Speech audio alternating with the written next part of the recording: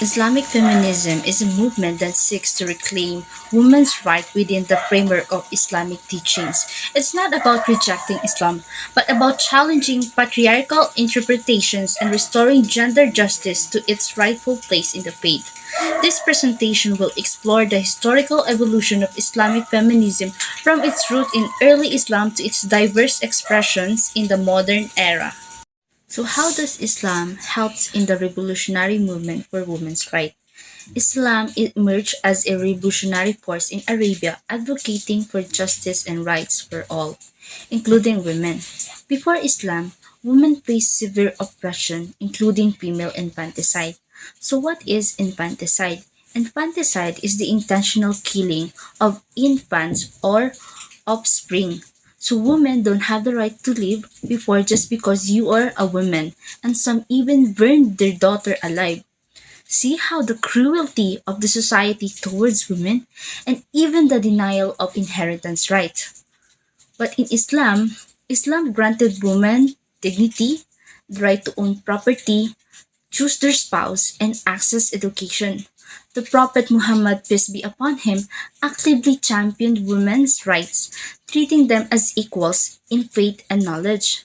The Prophet Muhammad, peace be upon him, considered an advocate of females' rights. A decade after the Prophet's death, women's rights began to erode due to new customs and practices. Some companions felt women should adhere to old Arab custom. Aisha, the Prophet's wife, corrected false hadiths, portraying women as inferior. The crystallization of the fourth school of Islamic law and the closing of the gate of ijtihad led to curtailment of women's rights. Women were confined to their homes due to spurious hadiths and new interpretation of the Quran. So, who are the early advocates of feminism in Islam?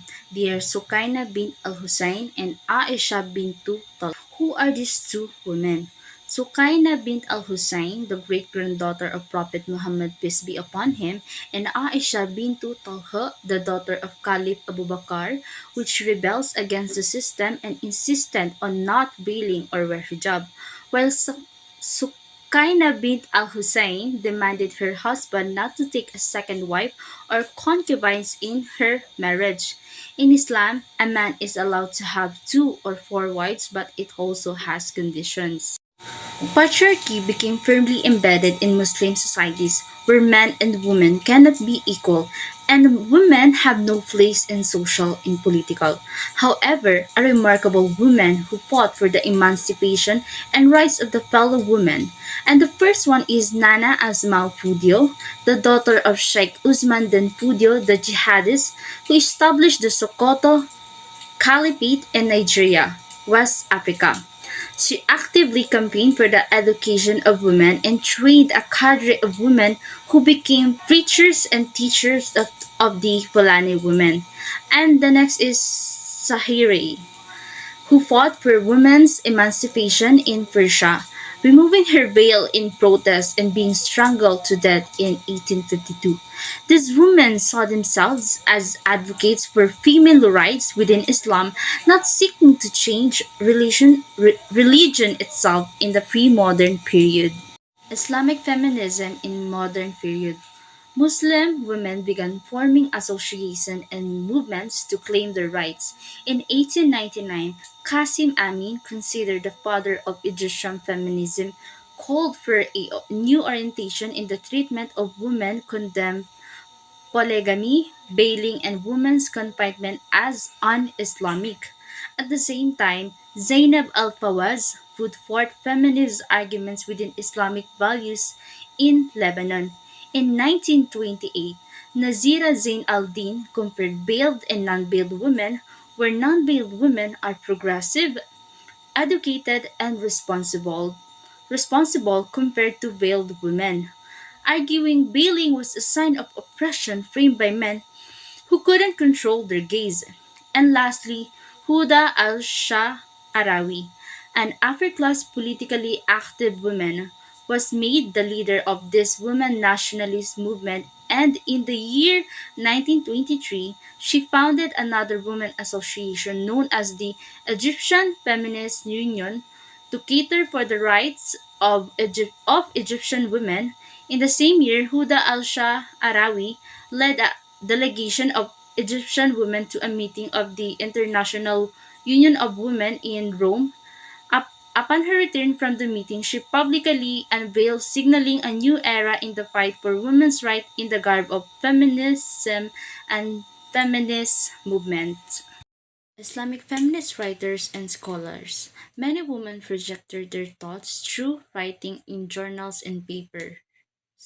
Arab women writers concentrated on printing their own journals to promote women's roles in society.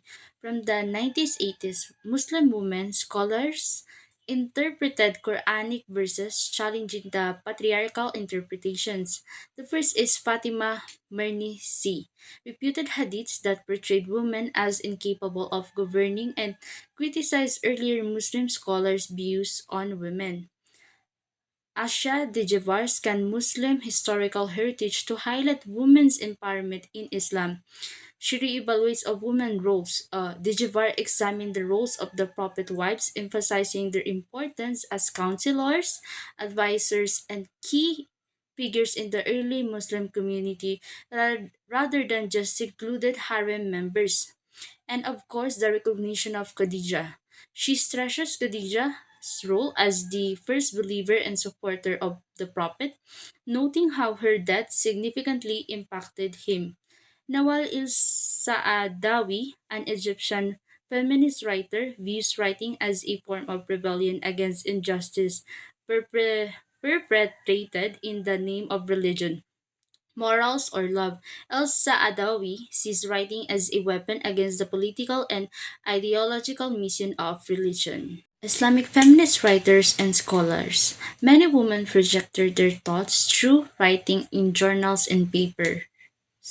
Arab women writers concentrated on printing their own journals to promote women's roles in society.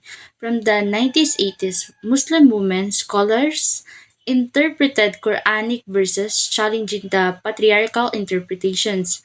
The first is Fatima Mernisi, reputed hadiths that portrayed women as incapable of governing and criticized earlier Muslim scholars' views on women.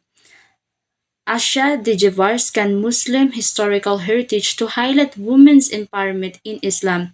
She reevaluates of women's roles. Dijavar examined the roles of the Prophet wives, emphasizing their importance as counselors, advisors, and key figures in the early Muslim community rather than just secluded harem members.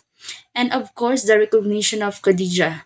She stresses Khadija's role as the first believer and supporter of the Prophet, noting how her death significantly impacted him.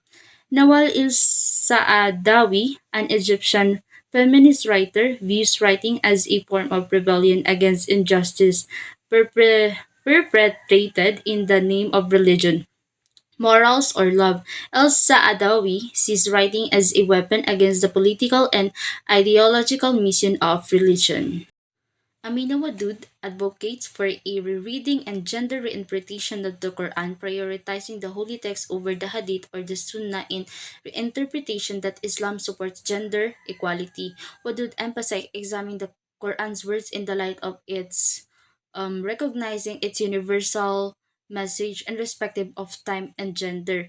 Rifat Hassan, inequality in practice, Hassan points out inequalities in divorce laws, child custody, polygamy, inheritance, and dress codes in Muslim societies.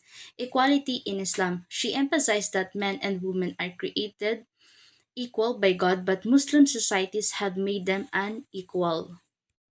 Different approaches in Islamic feminism. Islamic outsiders seek to change the system entirely to conform to their point of view, but without abandoning Islam. Islamic insider accepts the status quo and works within it to help women regain their rights without reinterpreting the Quran or Hadith.